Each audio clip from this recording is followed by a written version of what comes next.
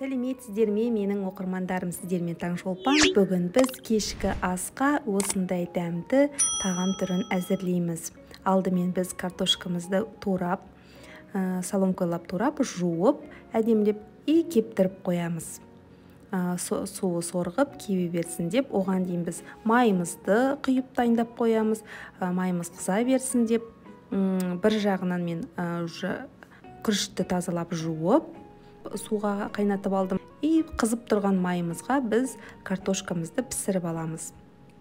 Картошка фри болып пісіріп аламыз. Майымызға, өте қатты ысып тұрған майға. Осылай барлығын пісіріп аламын бөлек. Және де келесі табаға мен жуамды, моркоп, сатки перец, етті қуырып аламын. Мінекей дайындап қойдым турап. Мына жақта біздің картошкамыз пісіп жатыр. Келесі табаға мен жуамды қуырып майға, үстінен моркопты және етімді салып, пісіп қалды деген кезде мен сладкий перец саламын.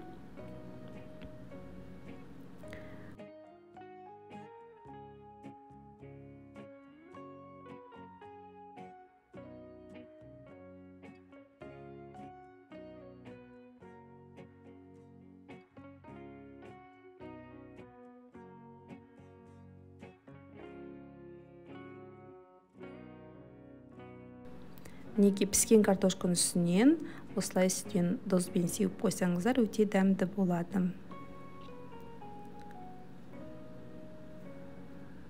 Мына жақта былғап, доз бұрышын салып, дәндеуіштерін салып, мен қапағын жауып қоямын.